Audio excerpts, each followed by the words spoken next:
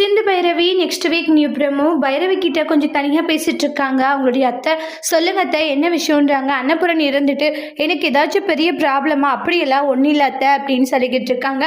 நீ என்ன அப்பத்துல இருந்தா கேரிங்காக பார்த்துக்கிட்டு இருக்கான்றாங்க. ஏன்னா நான் குளத்துல நீ தள்ளி விட்டு விழலம்மா நானாக தான் விழுந்தன்ற மாதிரி சொல்றாங்க. ஆறுமுகம் இதெல்லாம் கேட்டு அம்மா என்னது கிணத்துல விழுந்துட்டீங்களா இன்னும் ஒரு வார்த்தை கூட சொல்லலைன்னு சொல்லிட்டு ஆறுமுகம் பயந்து போறாங்க. ஆறுமுகம் அதெல்லாம் ஒன்றும் இல்லை பயப்படாதியான்றாங்க. அம்மா எப்படிம்மா இவ்வளோ பெரிய விஷயம் நடந்திருக்க ஒன்றும் இல்லைன்னு சொல்லிக்கிட்டு இருக்கீங்க, எப்படிம்மா நீங்கள் கிணத்துல விழுந்தீங்க அப்படின்னு சொல்லிட்டு பயங்கரமாக பயந்து போயிடுறாங்க. ஆறுமுகம் அதுதானே சொல்கிறேன்ல ஒன்றும் இல்லைன்னு சொல்லிட்டு அப்புறம் ஏன் நீ பயந்துக்கிட்டு இருக்கான்றாங்க. அதெல்லாம் ஒன்றும் இல்லை நீ பயப்படாது சரியா அப்படின்னு சமாதானப்படுத்திட்டு இருக்காங்க. இல்லைம்மா அது வந்து போய் அதெல்லாம் ஒன்றும் இல்லை தேவையில்லாத பயப்பட்டுக்கிட்டு இருக்காதுன்றாங்க. சரிம்மா ஹாஸ்பிட்டலில் என்ன சொன்னாங்க எல்லாம் பைரவி கிட்ட தாப்பா சொன்னாங்கன்றாங்க.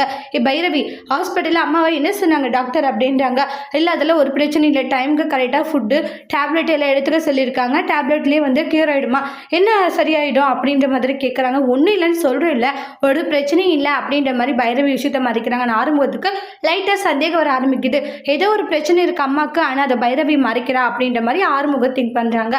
அதோட இந்த ப்ரமோவை முடிச்சிருக்காங்க. தேங்க்யூ.